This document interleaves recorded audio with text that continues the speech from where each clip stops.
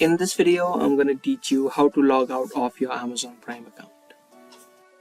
If you're trying to log out of your Amazon Prime in order to log into a different account, you can easily do that within a couple of steps.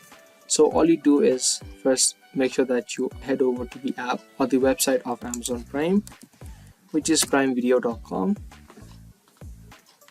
And now in order to log out, you just click on the arrow on the top right, which should be showing beside your username or your profile, and a drop down menu will open up, and on the left side of the menu you'll see an option of sign out.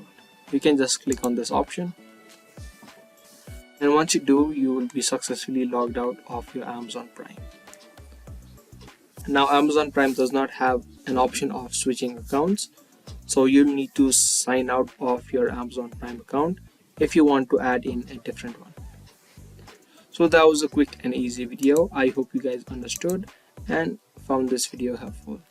If you did, make sure to let us know by giving this video a thumbs up. That's going to be all for today, and I'll see you in the next video.